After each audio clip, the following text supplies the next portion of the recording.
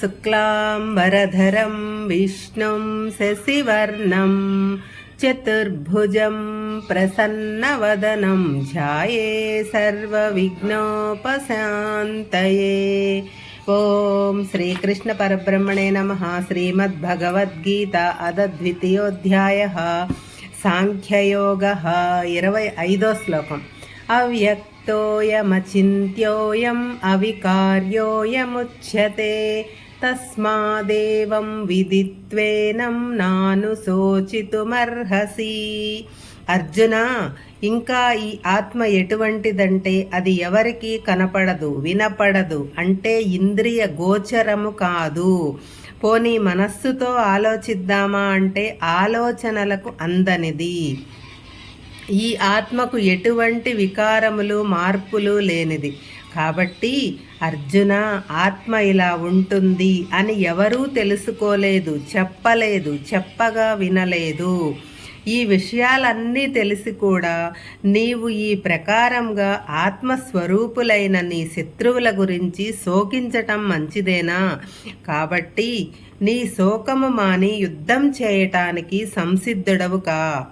ఆత్మను గురించి బోధించటంలో ఇది చివరి శ్లోకం. కృష్ణుడు ఆత్మతత్వమును గురించి అర్జునుడితో ఇలా అంటున్నాడు. అవ్యక్తము అంటే వ్యక్తము కానిది, కనిపించనిది, కళ్ళకు కనిపించదు, చెవులకు వినిపించదు. ఇంకా ఆత్మను గురించి మనసుతో ఆలోచించి తెలుసుకోలేము. ఆలోచించటం అనే పనిని మన మనసు బుద్ధితోనే చేస్తాము. ఏదైనా ఒక విషయం గురించి తెలిస్తే దాని గురించి ఆలోచిస్తాము. అసలు ఆత్మ కనపడదు, వినపడదు, తాకబడదు. అటువంటి దాని గురించి ఏమి ఆలోచిస్తాము? కాబట్టి ఆలోచనలకు కూడా అందనిది ఆత్మ. ఇవి ఆత్మ లక్షణములు. శాశ్వతము కనబడని ఆత్మ గురించి, అశాశ్వతమైన కనపడే ఈ శరీరం గురించి శోకించటం వ్యర్థము. నువ్వు ఏమి చెప్పావు? నువ్వు నా శిష్యుడివి అని అన్నావు కదా, అందుకే ఇంత దూరం చెబుతున్నాను.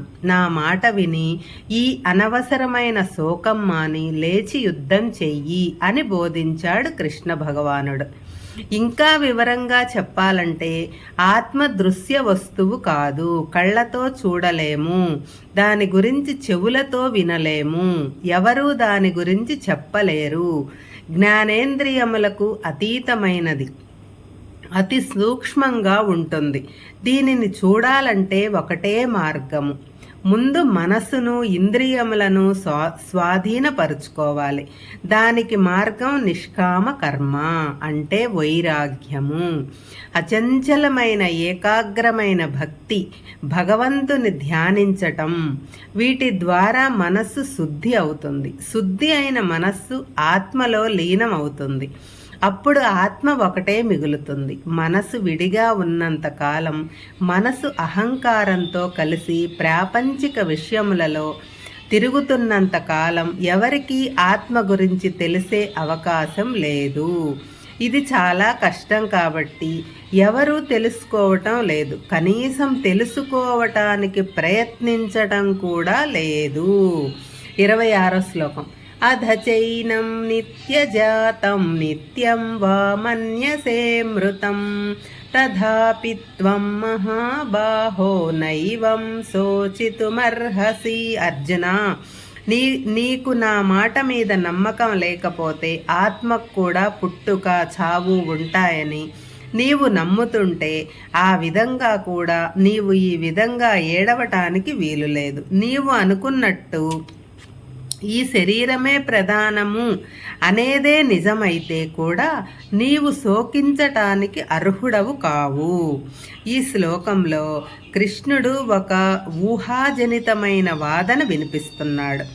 ఈ పదాలను మామూలుగా కోర్టులలో వాడుతుంటారు. అజ్యూమింగ్ ఫార్ ఏ మూమెంట్ అని, ఫార్ ఆర్గ్యుమెంట్ సేక్ అని అంటూ ఉంటారు. ఒకవేళ ఇలా జరిగింది అని అనుకుంటే కూడా అది సరికాదు అని చెప్పడం.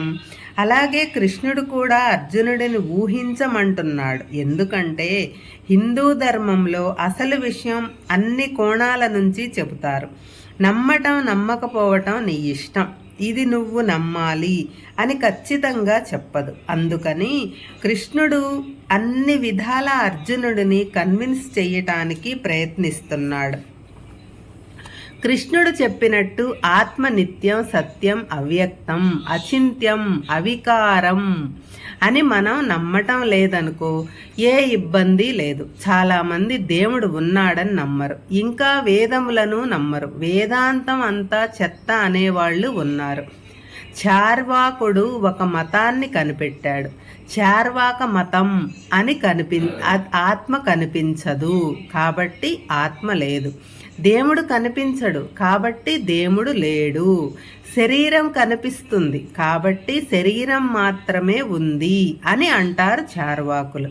కాబట్టి కృష్ణుడు అంటున్నాడు, అర్జున నీవు శరీరమే, ఆత్మ అనుకున్నప్పటికీ ఆత్మ కూడా శరీరంతో పాటు పుడుతూ చస్తూ ఉంటుంది అని నీవు అనుకుంటే కూడా నీవు ఈ విధంగా శోకించటానికి అర్హుడవు కావు.